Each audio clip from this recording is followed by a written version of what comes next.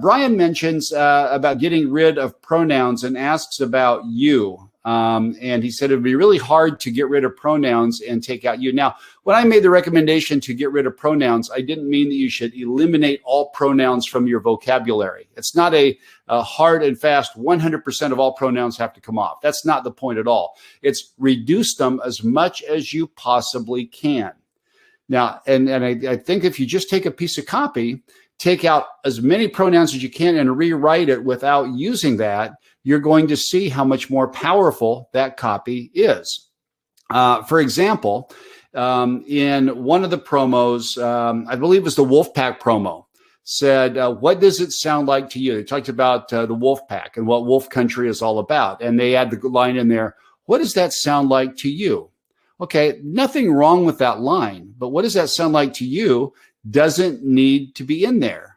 It could just take out to you. So what does that sound like? You're asking a question that demands to be answered. So it's saying you without actually saying you. And you'll find out with almost every pronoun that you'll have a more powerful statement. It's kind of like saying you can win.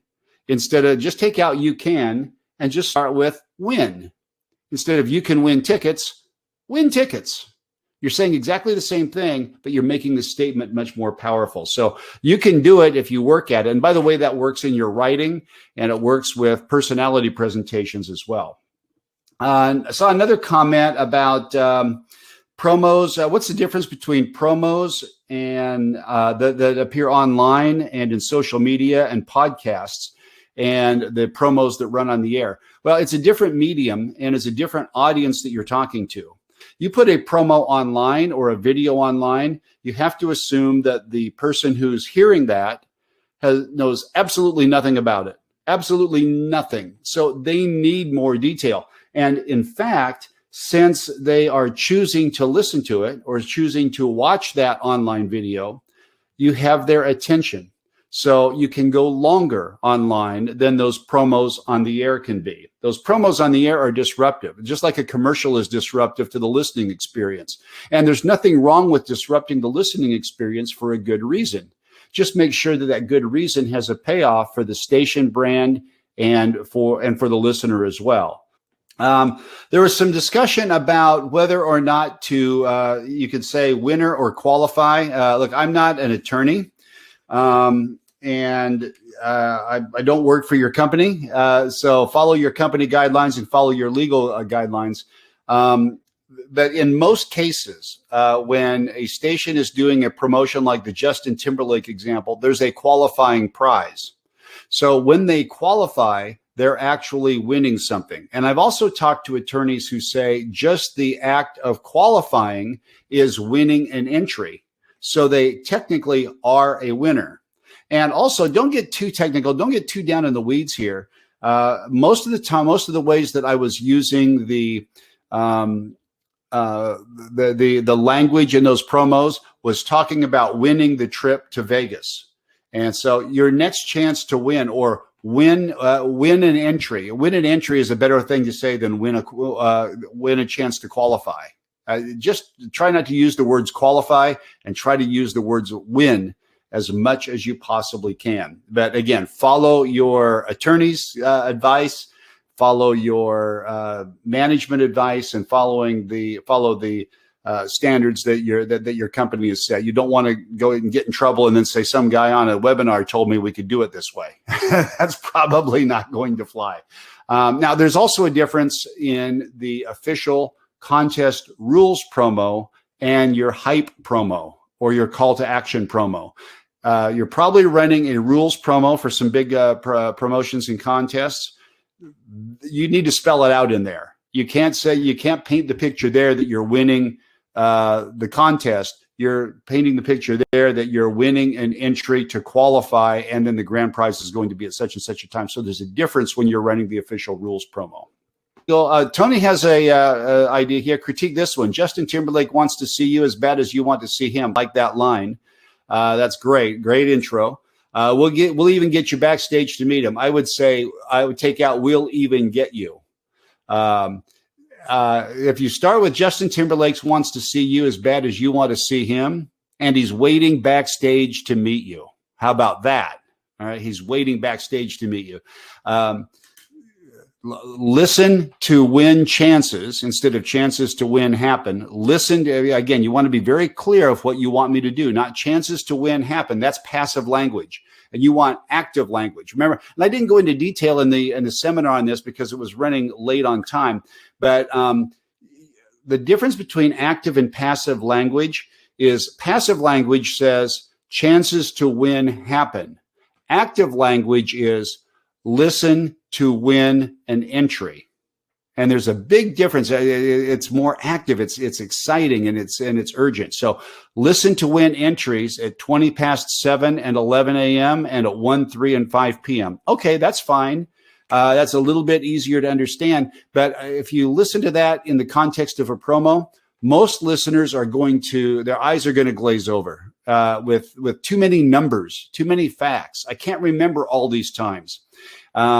It's been proven in a lot of psychological studies that once you get past 3 instructions, they can't remember anything. They lose it all. They won't even remember the next time to win. So it's much better to do separate promos and run them for your next chance to win. Listen to win at 20 past 7. Then after 7:30, you're ready saying, listen to win at 20 past 11. After 11:30, it's listen to win at 20 past 1. Just give me one instruction the next time to listen. If you miss a keyword, they're on the website at Easy91. Okay, I don't like that tactic. If that's part of the goal of the promotion to get traffic on a website, okay, that's fine. But if you miss a keyword and you put it on the website, why would I ever listen? There's no point. You're not driving me to listen. And I think that radio stations have to do everything they can to create as many listening occasions and tune in as we possibly can. So I don't like that as a contest mechanic, but I think that's okay. I would certainly limit that, or here's the other thing. If you're in a PPM market, you could take the encoded audio of when you announce the keyword, put it into a 5-minute minimum 5-minute audio file that's encoded audio, put it on the website to make it easy, and you're also getting ratings credit when it appears on the website. So that's one way to get around that. Find out if you're the winner. I don't want to find out if I'm the winner. I want to listen for the winner announcement, not find out if you're the winner. Listen for the winner announcement Monday morning at 7:30 with the Breakfast Club on Easy 99.1. So yeah, on the right track there, but I'd fine tune that and sharpen that and tighten that up just a little bit. Can you talk a little bit more about the laser booms and bangs sound effects you hear on radio stations? It seems like many are stuck that made for promos. You know, I had several promos that I thought about putting into this presentation, and I decided not to because they were full of lasers, sound effects. They moved too fast. There were too many audio hooks in there, and the announcer was shouting. Yet they were very well produced. You don't have to impress me with your production skills. The best production is going to enhance the message. And again, I'll go back to that Wolfpack promo that I loved so much. If you listen to how the guitar came in to emphasize the words that were being said, it was really, really powerful. That's great production because it emphasizes the message. But just putting, fireworks and lasers and zaps all over it to try to make it exciting, it doesn't get it done. The noise that you put into promos, whether it's the music bed or the sound effects, doesn't make it exciting. The language, the copy, the words that you use, that's what makes it exciting. The production enhances it. And that's what a great producer does. One said, the red pencil exercise. Red pencil exercise is great. That's editing. That's taking that promo copy and crossing out what doesn't need to be there, highlighting the things that are fine to have there but need to be rewritten, and then doing another script. I do this with personalities when I'm coaching air talent a lot, where we'll transcribe a piece, a segment that they've done on the air into text, and then we'll take the text, cross out everything that doesn't need to be there, and have them reperform it. Then the next step is let's take the things that are left in the edited copy and let's rewrite some of those to take out all of the pronouns, or as many of the pronouns as we can. and now reperform it again. And then the last step is, now let's take this second edited piece of script, and let's rewrite the things that can be more active language instead of passive, or could be a little bit more interesting. And you end up with something after those 3 edits that's completely different than you started with. It's a brilliant exercise. And you can do that red pen, Bill calls it the red pencil exercise. You can do that red pencil exercise with promos. You can do it with email copy. I do a lot of the emails that I send out to you. When I try to do this with everyone. I'll write it one day and I'll come back to it with fresh eyes and a fresh approach the next day. Don't do that all the time because I run out of time. And you could probably tell those emails that go out that haven't gone through that process. But the red pencil exercise is fabulous. Is there value to new music promos with hooks of new songs? This is for an active rock station that wants to play up our edgy music and paint the classic rock competitor as tired. Boy, there are different philosophies on this, and I've got a different answer depending on the local competitive situation. So I would hate to give you a blanket answer and a stock answer that is wrong for your competitive situation. I believe that in most cases, most radio stations are fighting a losing battle by claiming to be the new music station, number one. Number two, I believe that stations who want to be the new music station and are positioning against a classic rock station are picking the wrong enemy. It's the world doesn't operate as the listeners don't operate in a vacuum where they're choosing one station versus another radio station. They're choosing your station for the value it gives me in my life at this time, on this day, at this moment, versus all of the other options that I have at my disposal. And that includes YouTube and Spotify and Pandora and podcasts and video games. And yes, other radio stations, and that classic rock station is one of those other radio stations. But it's not like it was 20 years ago when most of their listening behavior revolved around choosing one radio station or another. So that's why I think that most positioning promos against any other radio station is tired and it's lost on listeners. Now, it's true that in the battle of ratings share versus other stations, that if you gain, it might come at the direct expense of another radio station. All right, because the total shares add up to 100% of the market. But that's not really the battle you're fighting. The battle you're fighting is, how do I get those people who have already been introduced to my radio station to love my radio station and to take another action to listen to my radio station, not to convince them that they chose wisely against another radio station, but against all other choices of entertainment. So I hope I answered that properly, because again, you might have a competitive situation that is different than that blanket statement that I made. But philosophically, I think radio stations are not going down the right path if we're just worried about how it's affecting our station compared to a direct competitor. I mean, think about the Wolfpack promo. Again, I'll go back to that because I think it was just brilliant. The Wolfpack promo said absolutely nothing about being the best country station in Dallas. And there's like, 100 country stations in Dallas. They're everywhere. You scan the dial and there's country station after country station. It's one of the most competitive country markets in the country. But they didn't say, we play the most country. They didn't say we play the best country. They didn't say we're better than the other country stations.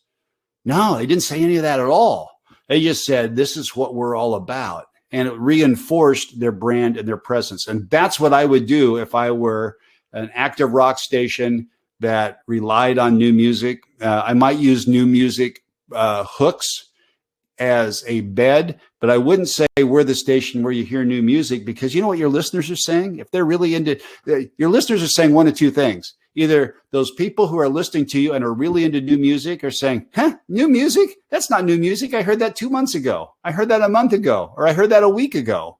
because music moves so fast with people who are into new music. And the people who are not into new music are saying, I don't like new music. I don't like things that aren't familiar to me. So you kind of lose out with both of them. That's kind of my philosophy on it. For morning show promos, do you highlight that day's show, tease tomorrow's show, use callers, not use callers, produced? What are your thoughts? Okay, well, there's a whole new webinar. Thank you so much for the question. A couple more questions are coming in. I'll take those too. But for morning show promos, look, it all depends on what you're trying to accomplish with the morning show. Where is the morning show in their development process and the relationship that they have with the audience? But apply the same 3 principles of IEI to a morning show promo that you do with a general station promo. Apply it to every promo that you have on the air, every piece of production that you have on the air. Does it inform? Does it educate? Does it image? Does it educate? And does it influence?